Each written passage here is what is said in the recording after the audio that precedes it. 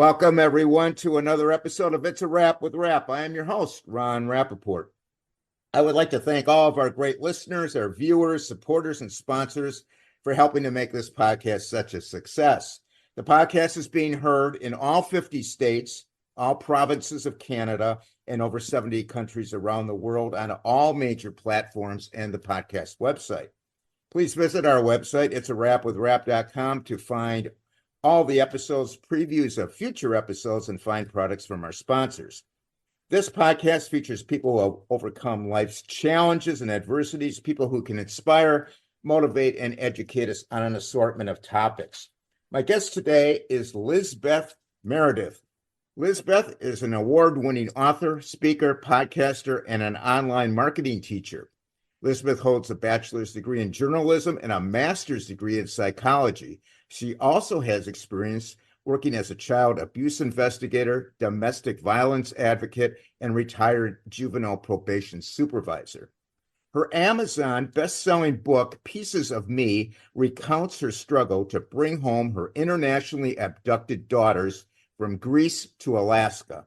Lifetime TV released the movie titled Stolen by Their Father, based on her memoir, and follows her real-life story. Welcome, Lizbeth, to the podcast.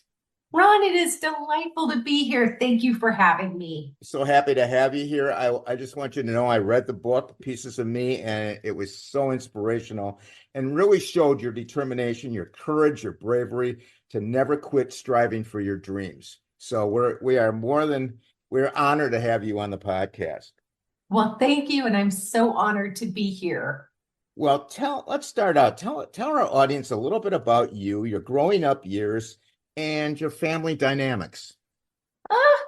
Well, good question. I was born on a farm in Kentucky that wasn't even a map dot, but my parents did not have a great union. And so eventually my mother decided to take off for Alaska and took a few of her kids and left all the rest behind with their respective fathers. So that was kind of my early beginnings to Alaska. Also was just being raised in a place that I actually didn't belong, and with some of my siblings and not realizing that I had more siblings.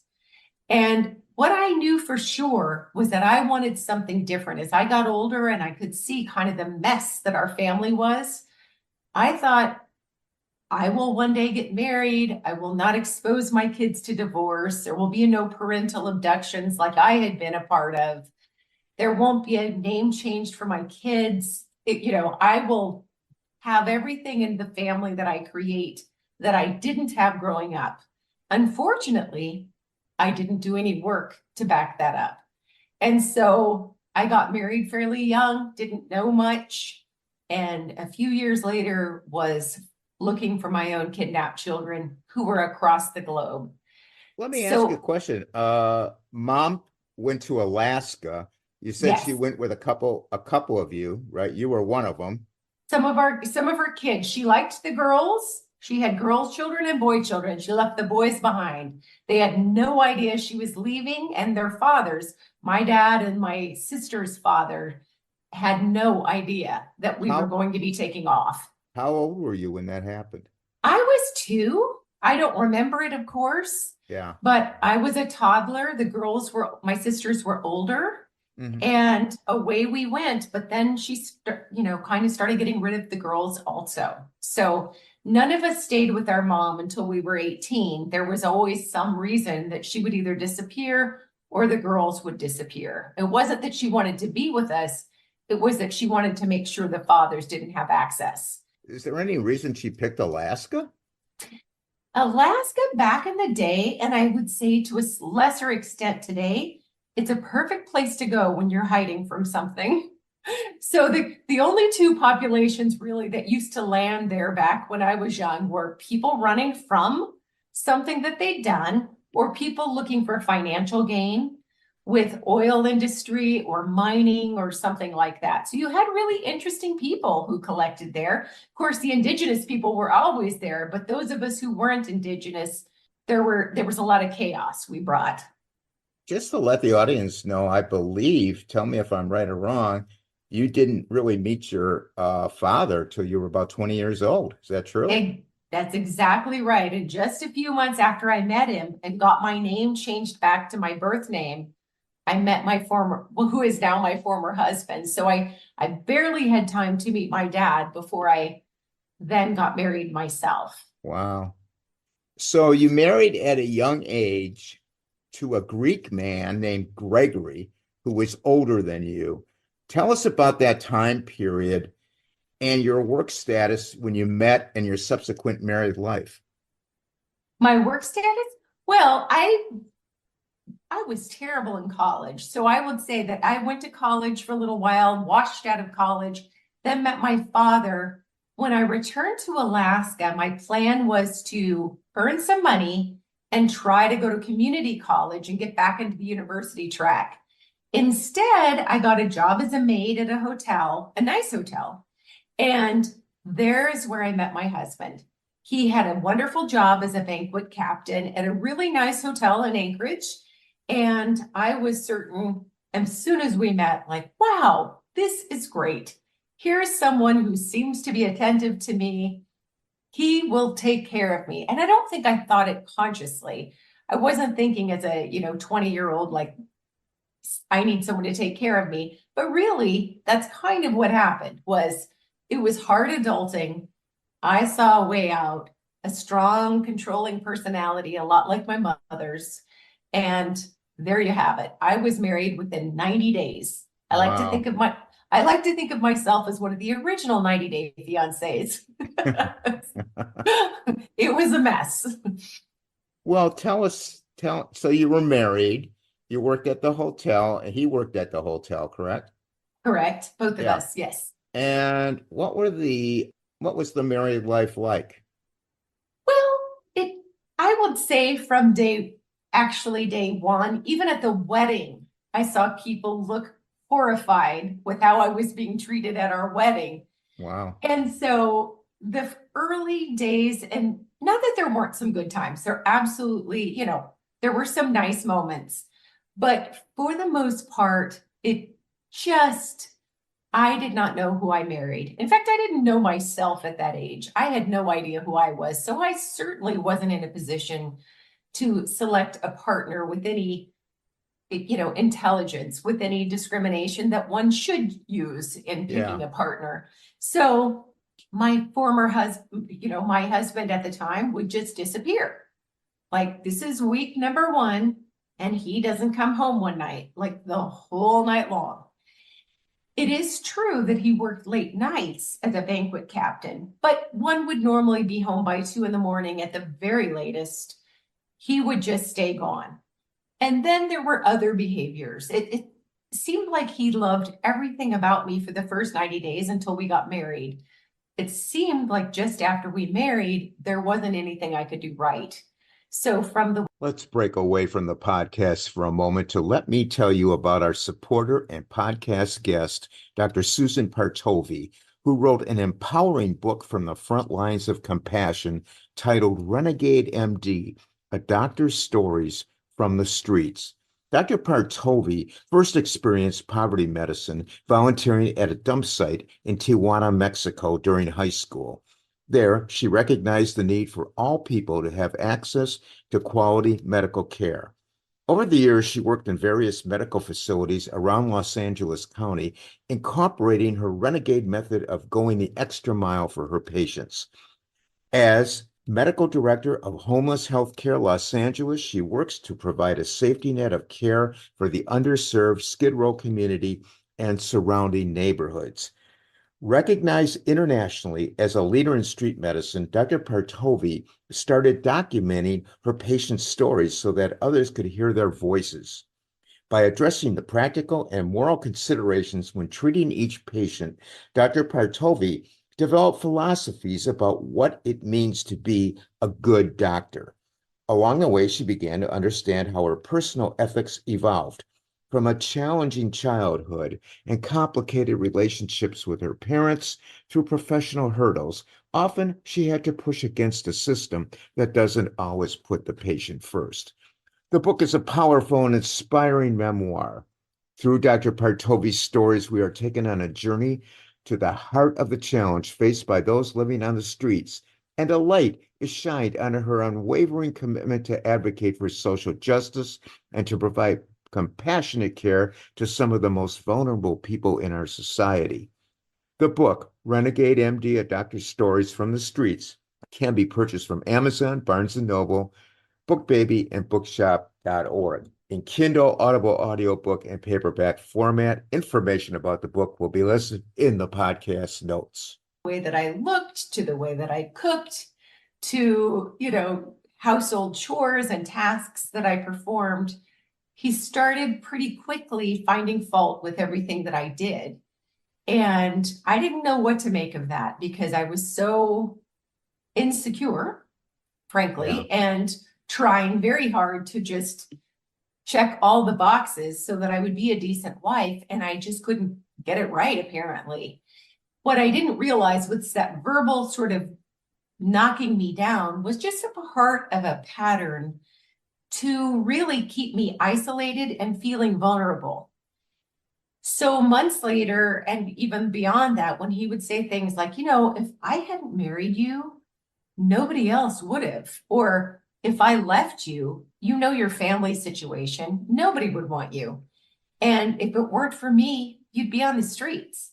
It started to make sense to me. If the only person in your life is saying very negative things, and you're sort of isolated from other people, it's easier to buy into really ridiculous messages that you wouldn't if you had a normal support system and your friendship base around you. Yeah, because you were pretty much on your own with no family support. Yeah. Now, you have two daughters. Tell us about them and tell us about their early years. Well, as much as I said to myself, things would be different when I became a parent, absolutely not. So anything I had been exposed to as a child that I thought was dreadful, it seems like it was multiplied for them. So I had a daughter. It was a little bit of a surprise. It was a little bit sooner than I'd meant to, but at 22, almost 23, I had my first child. One thing that was so amazing and still is that sense of purpose and that sense of strength that at least I felt when I was pregnant and when I had my child. Suddenly, there was someone who needed me to show up strong. And it was so exciting and so beautiful and so very threatening for my husband. So he became more, I would say, jealous, more controlling. And that's pretty much, I worked later in domestic violence survivor advocacy. That's pretty much something that you see in relationships where there's a lot of control is a person who's threatened by another can be threatened by a child, can be threatened by the attention that is taken away from them. So while I was thrilled, he was not, he loved her. Don't get me wrong. He loved our daughter, but it seemed that he felt very threatened by her. And then we had a second child and I was so excited, another little girl about 18 months later. And that was, that really escalated things. So the marriage goes downhill. I know there was domestic abuse on Greg's part. In 1990, what was the final straw that made you decide to leave your husband? My husband had taken to going missing, like I'd mentioned before, for like days at a time. He'd been gone for a couple of days, and when he returned home, and of course, sometimes when he was gone, I had no access to money. I had no access to transportation, depending on if my very old car was working or not, and if I had gas money. So it was very isolated. We got into an argument that escalated quickly when he returned home. It ended with me being strangled, but trigger alert for people who don't, who aren't prepared for it. But, I got injured in front of my oldest daughter. She was 2. And it was dire. It wasn't the kind of thing that was like a little push or a shove or a slap, something like that. I mean, literally, I could not breathe. Yeah. And so I made a decision at that point when she was watching and screaming that maybe I thought I deserved it, but I knew my children, my daughters deserved better. Sure. And so I started the process that day. It was March 5th of 1990, started the process of leaving. I didn't want to stay in a shelter, of course, and I don't think most people envision themselves at a shelter of any kind, but ultimately that was where we would be safest. So my kids and I first went to a friend's home, and then we had to go to a shelter. But there we started to, I started to put life back together. I decided I would really do the best I could to give the girls the future they deserved. So that would mean not remarrying quickly and getting to know myself, getting to go to counseling, getting a degree, doing those kinds of things that would ensure that we wouldn't forever be on public assistance, which we were on when I first left. So, as I understand it, you got a protective order from Correct. Gregory, and you didn't ask him for any child support. Right. And so you wind up, like you said, being on public assistance. Now you pursue a college degree. What were those years like for you? And what was the arrangement on the visitation of the children? And that was very, very challenging. And I should go backwards for a second. One thing about not requesting child support is the state still moves in and tries to collect child support on behalf of the children, whether or not a spouse wants it or not. But for me, it was safest not to make that a stronghold because that was a real point of power and control for him. So I ended up on public assistance, enrolled in college, got a Pell Grant, and we stayed in subsidized housing that was really pretty scary. And, but at least we had a place to land. And sometimes there would be periods of time where my kid's father would visit and things seemed to be okay. For the most part, not so much. He would visit sporadically, but when he did, it was very impactful. He would do things like tell the kids as they got a little bit older, your mom's going to die, and then she's going to hell. Your mother's going to meet someone else. She will not want you. Your mother is going to leave, just kind of getting them ready for something horrific. Very horrible. What a horrible person, really. The kids were in play therapy at that point, just, sand tray therapy, state subsidized, Medicaid approved children's counseling. I was in therapy, but I couldn't stop that from happening. I couldn't control what happened when I wasn't there. And so the kids would come back scared. They would come back with difficulty sleeping, and they wondered those things that he put in their heads. Would I leave? Would I meet someone else and never look back? Yeah. So I left in 1990. In 1992, I got my college degree in journalism. So I'd had a couple years college before he and I married, got my degree in 1992, and I got a job working with domestic abuse survivors, which I loved the job, same place that I had gone to. Let me break away for a very important message that may pertain to many listening to this podcast. Did you know that you can sell your life insurance for immediate cash? 85% of people have no idea this is even possible. Also, did you know that 92% of life insurance policies never pay a death claim? A life insurance policy is considered an asset that you own, meaning you, the policy owner, can sell it for a lump sum cash payment known as a viatical settlement, which is tax-free and non-regulated, meaning you decide how the money is spent. A viatical settlement pertains to people living with a serious or chronic illness such as cancer, heart disease, Alzheimer's, or AIDS, with no age restriction. For others who do not qualify for a viatical settlement, a life settlement may be an option if you qualify to relieve the burden of having a policy you may no longer need or serves the original purpose it was purchased for. Studies show that 42% of new cancer patients deplete their life savings during the first 2 years of treatment.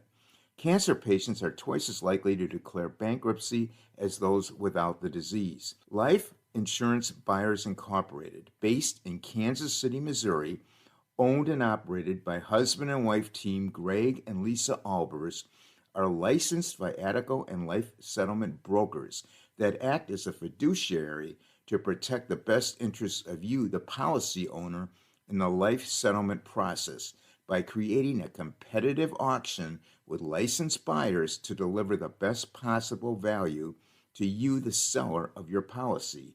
Greg has been in the life insurance industry for over 50 years and has done over 3,000 of these transactions over the years. Now, when you contact life insurance buyers, you will work with Greg or Lisa, never a third party. Life insurance buyers are licensed in all states that require a settlement license, and more importantly, they only work with providers and buyers who are licensed as well, which means life insurance buyers adheres to all of the state regulations set forth by the insurance industry in every state. Now, in determining whether a settlement is a good option for you, it is important to understand the difference between a settlement broker versus a settlement provider.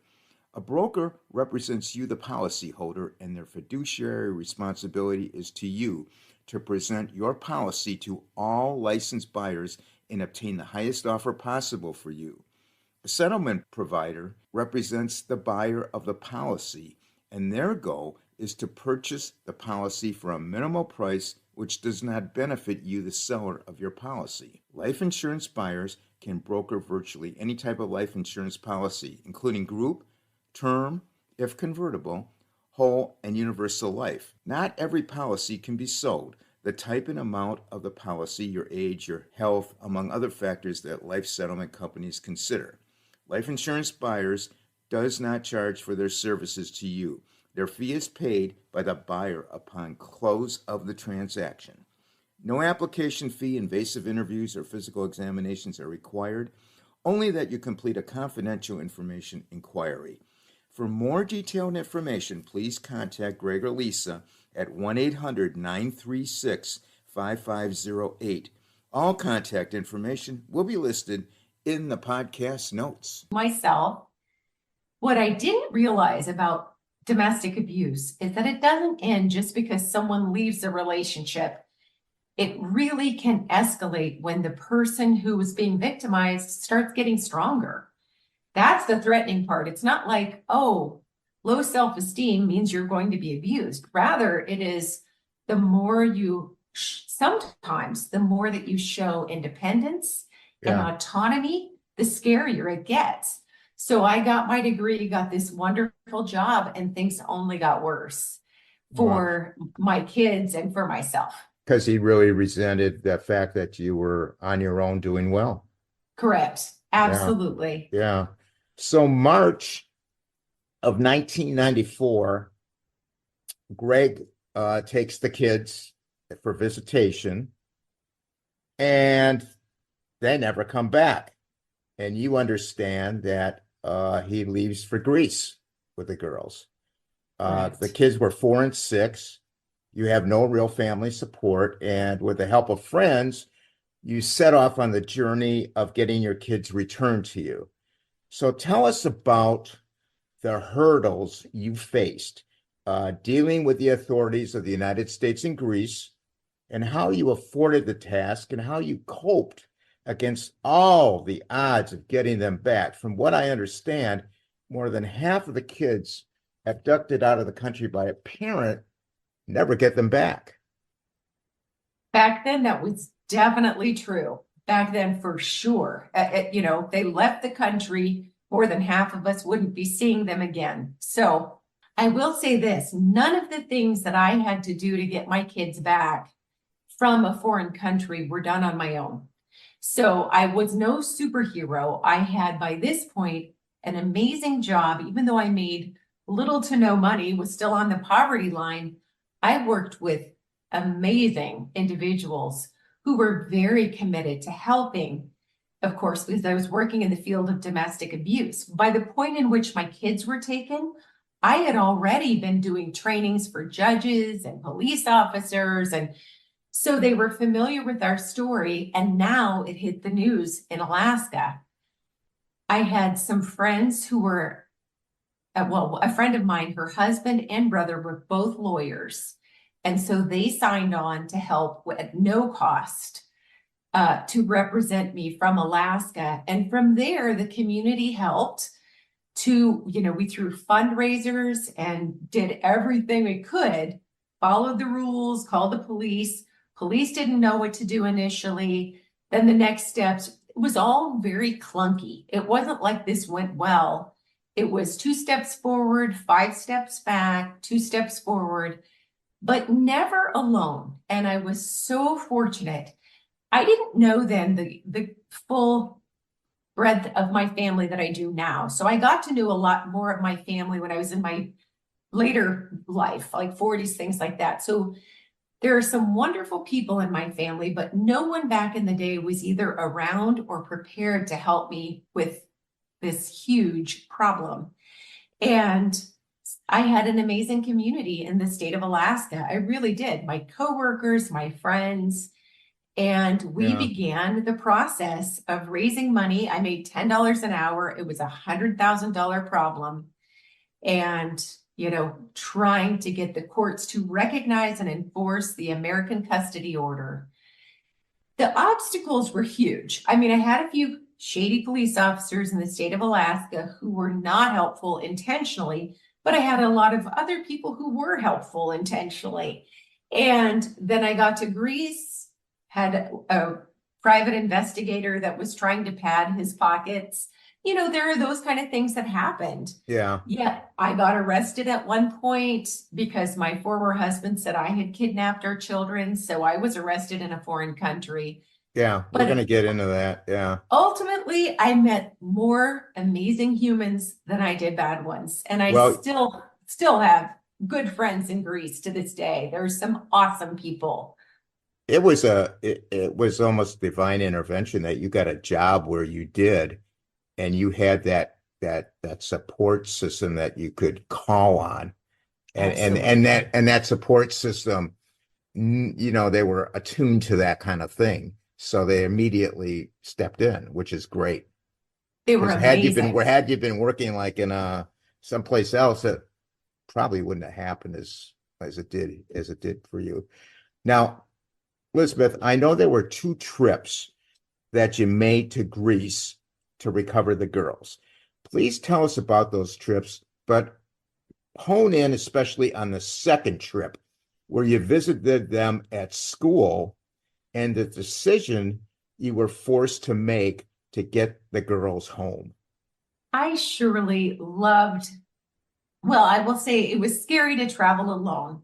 And I was alone when I went to Greece the first time, thinking, okay, the Greek courts by then had recognized my custody from Alaska and had promised to enforce it. And so now all I needed to do on that first trip was find the kids with the private investigator that my lawyers in Greece were contracting with and execute that court order and come home with my children. It sounded so easy. Unfortunately, it was anything but easy. But I tried, and I met, now that I look back, I met some of the most amazing individuals in Greece. It wasn't just the hired lawyers. It was people who were paid nothing, but who heard my story and said, this can't happen. What can I do to help? Yeah. And so it was amazing. And if it weren't for meeting those people, I still wouldn't have my children back probably. So the first time that I went to Greece seemed like it would be very easy, but when it came time to connect with my children, there was a snafu. My former husband found out that I was there and took my children further into hiding. So I was there for several weeks, but I still couldn't get my kids back. So I came back to Alaska so devastated. So were my coworkers, so were my friends, and the support that I had in the state of Alaska. Well, how do you think Greg knew that you were in Greece? Well, I'll tell you, to execute the court order appropriately, one has to hire a bailiff, at least back then, hire a bailiff to serve him with legal paperwork. Okay. But it was the consulate who, and this was not particularly their fault, but we had a miscommunication with how to do this best. And so one of my lawyers had said, hey, call the consulate and ask them to help find which school the kids are at. Unfortunately, the person at the consulate was so helpful. She let the people at the school know that, hey, the mother is basically here looking for, I mean, it was just a mess. It seemed like the right thing to do, and it probably in another circumstance would have been perfect, but she didn't have the right information and just absolutely accidentally tipped him off. Yeah. So away they went. My children were again forced further into hiding from the school that they had just become familiar with. So they've been ripped away from their mom and their country, their food, their language, their friends. And now again, we're ripped away from what they'd come to know and went further into hiding for another year. Wow. Until I came back the second time. Well, after that first trip, you must have been devastated. Devastated, extraordinarily broke, a little bit more hopeless. And of course, with me not having much money, my lawyers got upset with me in Greece, not the free ones, and had quit at one point and said, we're not doing this anymore. I can't honestly blame them because they have to pay the bills also. So it was just a mess. I offended them by being too headstrong. There were just so many problems. But back I went to Greece and got a different private investigator. And when I finally had the opportunity to meet with my children, of course, it'd been a couple of years and they weren't speaking English anymore. Yeah. So I had to use my little pathetic Greek, and try to cobble together some sentences when the first time I saw my children at the school to let them know that I loved them, that I had been looking for them, and that it was so good to see them. And that was all I could say because I didn't know what the future held. And they recognized you right away. They did. They did. At first it was great, and then it looked like it scared them. And my youngest had been told that I had died, so it was like seeing a ghost for her. It was scary at first. Yeah. But they warmed up to me. They did. They warmed up to me. So you have to make a decision how you're going to get them out of Greece. Correct. And what was that decision that you were forced to make? It is, ultimately I had to decide I either leave these kids behind in this country and the way that they are living now, and it was not good. It was very clear to me when I saw them physically that they weren't doing that well. Right. But ultimately, I had to make a decision to either leave them behind and go home safely or take them with me and sneak through the border to get to Turkey and find my way home. And I have always been a rule follower, and we tried to do everything so very legally, but it did not turn out in our favor. So I took the second option, and with the help of some friends that I made in Greece, put together a plan so that the kids and I could go to a small island in Turkey and then make our way home. Didn't the teachers at that school where you met them, didn't they pretty much tell you, get them out of here? Yes, and that is so shocking because what I'd always been told about Greek people by Greek people is that, hey, this is a clannish bunch we are. We always stick up for our own. But my former husband was not treating the girls well, and they didn't show up to school often, and they were doing poorly in life. And the teachers were very committed to the fact that the children needed to be with their mother. I should take them immediately and go. Now, on May 24th, 1996, you arrive home in Anchorage, Alaska with your daughters. Describe that day to us. It was amazing. I just had such fabulous support. So, we had no money to get home. So I had a dear friend who was my boss. She was no longer my boss. She'd moved on, but Heather Flynn, she'd sent tickets so that the three of us could come home. And we flew home to a hero's welcome. We really did. The news cameras were there, and the children were we were all kind of shocked and tired and freaked out and traumatized. But that day was extraordinarily beautiful. It was That had to so be the best day in exciting. your life. It really was. Yeah. Tell us about those people in Alaska in regard to helping you. I mean, they just sound like magnificent people. What are the people like in Alaska? Now we have people in Alaska listening to the podcast. So tell us about them. People in Alaska are pretty fabulous, but especially before, and I think all of us were maybe a little more fabulous before the internet, where we really had to speak to one another instead of at one another. And so Alaska in particular, if you can imagine, like, here's a place that it's just hard to make it through the winter. And a lot of people are away from their families who live in the other parts of the United States. So we become a pseudo family for one another. And back then, especially, I mean, when my kids were missing, there were strangers that stepped up, total strangers. There were, my boss, like I said, Heather, and all of my coworkers at the crisis center, the lawyers, people from legal aid, all kinds of people really stepped up to say, what can we do? This thing has happened to you. But so did Greek people. Let me be very clear. I met amazing, generous, and kind people who I still am in touch with to this day, who did the unthinkable. They live in Greece, so it's their lives that they were putting at risk to step up, but they did because they wanted to help.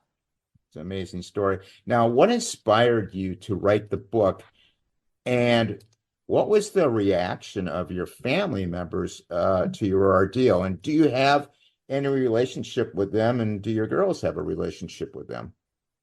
Such good questions. Well, I knew, like you and I talked about, this was not a typical reaction necessarily to a crisis. I felt like people's ability to help took some welfare mother, barely off welfare, and enabled, I was still in my 20s when my kids were kidnapped, and enabled this person who was on her own to be able to do. This podcast is being brought to you in part by the veteran-founded Hero Soap Company located in Phoenix, Arizona. In today's environment, we must be aware of the products we apply to our skin. As a two-time cancer survivor, I cannot afford to take chances, and I use these products myself. The soaps will leave you feeling clean and refreshed. All the products made by the Hero Soap Company are made in the United States with the highest quality ingredients, sourced from companies in the United States whenever possible. The products are made in small batches to ensure high quality and contain premium essential oils and fragrance. All Hero soaps are created without synthetic colorants, parabens, and sulfates that are irritating to the eyes, skin, mouth, and lungs, and are cruelty-free, meaning these products are not tested on animals. Each 5-ounce bar of soap is handmade in Phoenix, Arizona, and the body wash is available in 8 ounces with such refreshing scents as the woods, tea tree, lavender, the fields, bourbon, lime, the pines, and Arctic. You will absolutely love this soap. Please also check out their gear for sale. All the products are reasonably priced. Being veteran-founded, the company understands the dedication and sacrifice that each family makes to serve their country. A portion of sales is donated back to charities that are focused on helping veterans and our first responders. Over 1,200 bars have been sent to our deployed troops. Please check out their website, herosoapcompany.com, for pricing and a detailed description of all the products. When ordering, use the code RAP for a 10% discount. The company information will be listed in the podcast notes and featured on the podcast website, Facebook group, page, and the podcast Instagram. Do what was unthinkable and get her children back and give them a future that was certainly bumpy. I mean, they came home, I was a hot mess, but it gave us the potential to have a future. And so I knew that, like, I was a journalism major in college. I've always loved story. I love good inspirational stories. And I knew mine was one that would have benefits for its readers. So I knew I would write this story. I didn't know it would take 20 years. It did. It took me 2 decades to get it done. I mean, I started and, I was about 30 and I was 51 when it was published. But I will say, for the most part, of course, by then I'd gotten to know my father's side of the family by the time the book came out. Not all of them. Met more siblings. And I feel like a lot of the time I had support from family, and I'm so lucky for that. But of course, not everyone was thrilled. My mom she was long out of touch by then, but I heard through the grapevine and then later through her behavior that she was very, very, very unhappy. I had a sibling who was super upset because she felt like she was portrayed in an unflattering light. But for the most part, family was amazing, amazingly supportive. My dad's side of the family, many of them felt so bad that they didn't know me, that they didn't know what I was going through back then, so, but it was exciting. I had a wonderful book event in Kentucky, one of the many book events that I got to do back in the day. And I met one of my final brothers that I'd never met before. And at this point, I was maybe 53. Wow. And I'd never seen him before. And he has since passed. I knew then that this would probably be the first and last time I'd ever see him.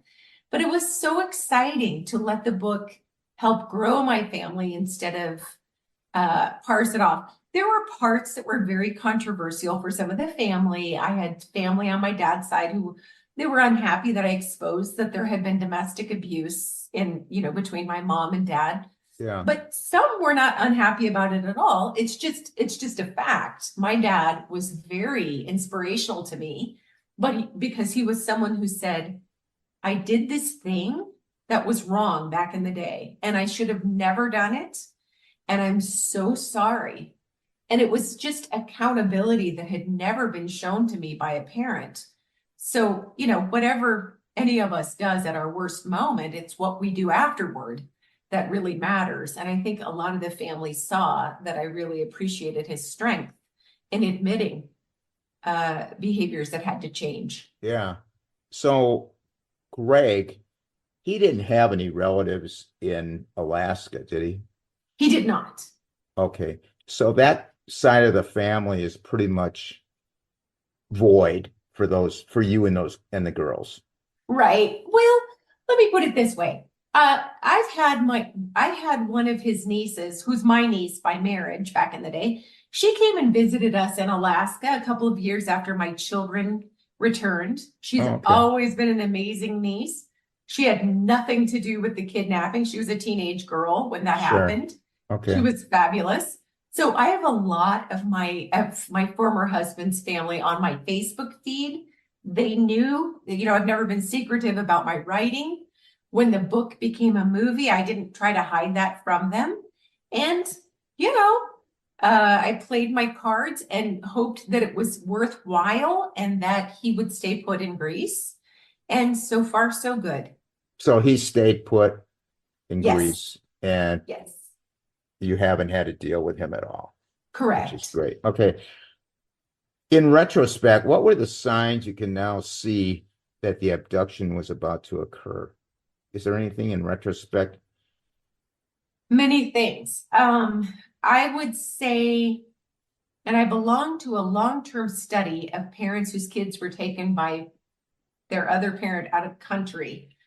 But one of the things is if that parent becomes very, very much in contact with their relatives in the other country, if they start hiding money to the side, if they apply for a passport and you find out about it, that's the hardship, was that I had put things into play during the divorce to protect my kids from abduction, but they didn't work out. But applying for the passport, strengthening those relationships, hiding money, kind of brainwashing my kids into saying, hey, your mother's not going to care about you. She's going to move on. It was all in retrospect, really getting them ready for something devastating. Yeah. Yeah. Now, what were the effects of the trauma suffered by the girls after arriving home? And were there long-term effects that they had to deal with? There are long-term effects. This is something, and I think that's one thing in my book I wanted to make very clear. This was not going to be a happily ever after, wrap it up with a bow. Isn't this great? I had hoped for this and I had planned for the best. Physically, I became an adverse childhood experiences trainer before I retired in my probation work in Alaska. And I taught trauma-informed care and still do that with presentations and things to this day. But one daughter suffered pretty devastating mental health problems, debilitating mental health problems, and they didn't really surface until she was old enough to be separated from me and go to college out of state. And then life was never the same. Like, it will not ever quite be the same for her or for us. My other daughter has a lot of health issues. And when she was young, I'm going to say about 19, and she went to a doctor, she had some autoimmune diseases. And the doctor said, I don't think you have, and he named the disease. He said, because typically, and he did not mean this to be insensitive, but he said, typically this disease, I think of it as being for fat, middle-aged, dumpy rape victims. And you are not that person. So I don't think that this is going to be something that you have. And then ran all the tests and was like, well, absolutely, you do have, and listed the autoimmune disease. And he really is a great doctor and probably could have worded it differently, but he was being honest. He said, I just don't see this for you. But so both daughters do manage. They manage as well as they can, but sometimes it's harder than others. And so, therapy, EMDR, cognitive behavioral therapy, trauma releasing exercises, a lot of different things help. Yeah. But they will always idle high. They don't feel that sense of safety that comes when you have parents, when you grow up in a home that's safe. They don't have that. Yeah. And so I think they have a lot of cortisol still that kind of floats through their bloodstream, and it creates its own problems. Lizbeth, how are you doing now? Good, thank you. I mean, really well. Things are not perfect, but pretty awesome. I get to see my daughters in a few weeks. We're going to meet in Hawaii together. Oh, wow. So I'm really excited about this. I'm a true crime interviewer today. So I interview survivors of crime and help make documentaries about their experiences. So I get to use that skill set that I didn't always use in my human service work. And, I got an advanced degree in psychology, but now I'm going back to my journalistic roots and I love it. And I write, I published another book a few months ago and am working on my next. So I still enjoy doing that, and I podcast. I did move to East Tennessee, and it has felt great to make a choice. Now that my kids are in their mid-30s, I can do what I want to do. And while I still have my original teeth and hips, I should try some new things. So that's what I decided to do. So you don't have to brave those cold winters anymore. Well, exactly. Not as long of cold winters. Although this winter, it is cold. Yeah, this winter it is. It is. Lizbeth, how much did your faith play into you never giving up and persevering on? And what words of advice do you have for our audience, for those out there that are struggling to overcome their life's challenges? I think you said you're not a superhero. I think you're a superhero in my book, and I'm sure you're a superhero in everybody's book listening to this, because what you went through and what I read, you're a hero. Okay, I was going to leave it at that. But what words of advice do you have for those out there struggling to overcome their life's challenges? What can you tell them? Thank you so much, Ron. I appreciate that. I would say none of us can get through this life alone. And so just knowing whatever you are going through, someone else is out there having gone through the same experience or is about to go through that same experience. And whether you find formal support groups or some sort of community-based counseling or faith-based, whatever you find, if you don't find a community, then create it. But doing it alone is just impossible. Even if you're an introvert, we are all pack animals and we need each other. And it is very important for people to realize that they don't have to go through their struggles alone. I would say if one sort of intervention doesn't help, keep trying another. And I think that's why I wrote my second book called Grounded in Grit, because I want people to afford themselves whatever time they need to heal, to get support, to learn to maintain that support, and then to double back and give to the next set of people who are going through something similar. Great advice. Great advice. How can people contact you, Lizbeth? Well, I'm at my website is at lameredith.com, and So- I have a So contact that's, me I'm button. sorry, that's at LA. It's lameredith.com. Yes, my middle name is A, so it was lameredith.com. Okay. And I'm at Persistence U, the letter U is in university, with Lizbeth podcast. Persistence U with Lizbeth podcast. Perfect. Okay, now I want to just give you a plug. Tell us about Persistence U, the podcast. What's that all about? When the pandemic came, as so many other people, I felt so isolated. I thought I would lose my little marbles. I just retired or was retiring. And when the pandemic came, and I realized that support that I had from Greece, that beautiful community, that was something I wanted to replicate. I wanted people to understand stories of persistence and resilience, that maybe some of us aren't born with influence.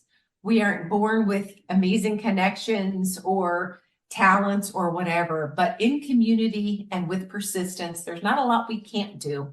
Right. So the podcast kind of takes on that theme.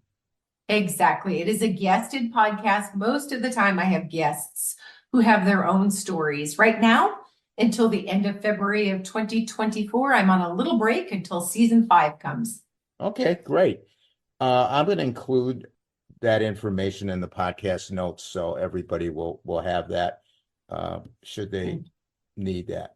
I want to thank you, Elizabeth, for being on the podcast and being an inspiration to our audience, that anything is possible if you seek help and do not quit. Now, you're an overcomer, a hero in my book. I wish you good fortune and good health for you and your daughters going forward, and just all the best in the future. And maybe we'll hopefully have you back, and we'll talk about the new book that's coming out. And once again, thank you for being on the podcast. Thank you so much, Ron. I have really enjoyed it. I appreciate Well, great. you. And we enjoy talking to you. Comments and suggestions for the podcast, you can email me at itsawrapwithrap@gmail.com, or you have a Facebook group, It's a Rap with Rap. We have a couple thousand people there. Instagram, It's a Rap with Rap podcast. We are on X, or formerly Twitter, at Rapper, WRAPPER 130. Our website is itsawrapwithrap.com, and we have a YouTube channel. All the podcasts, all the episodes are on YouTube. It's a Rap with Rap, the podcast uncut. I want to thank everyone for listening or viewing. I want everybody to please stay safe. And for now, it's a wrap.